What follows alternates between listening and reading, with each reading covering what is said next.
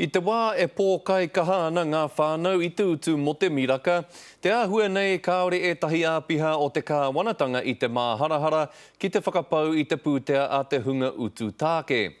Kua puta ngā kōrero mo te whakapau ngā pūtea a ngā āpiha o te kāwanatanga i roto i ngā marama e rua kua pahure ake nei.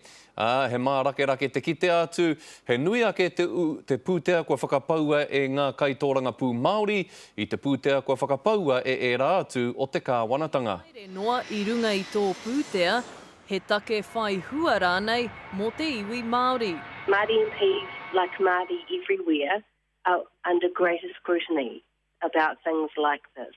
No te rānei i puta ngā nama utu haerere o ngā mema me ngā pou minita o te kāwanatanga.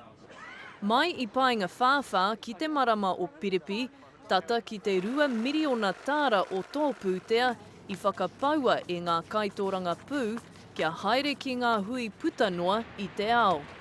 Tata ki te 150,000 tāra o tērā i whakapaua e ngā minita o te Pāti Māori, te 25,000 tāra mō ngā rere āmotu o te minita take Māori, 2,000 nui ake ki tō ngā utu haerere a te Pirimia. Ko te pātaia, mā wai ngā hua e kite.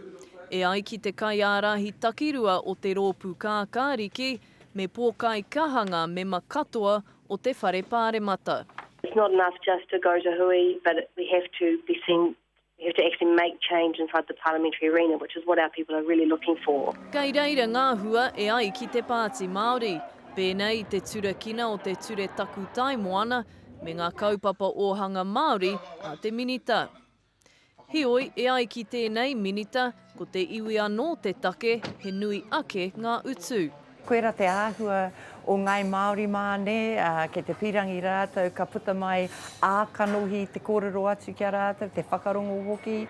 Kāore he kore ka piki ake aua utu haere a ngā marama ki mua nei i te rā kōwhiringa.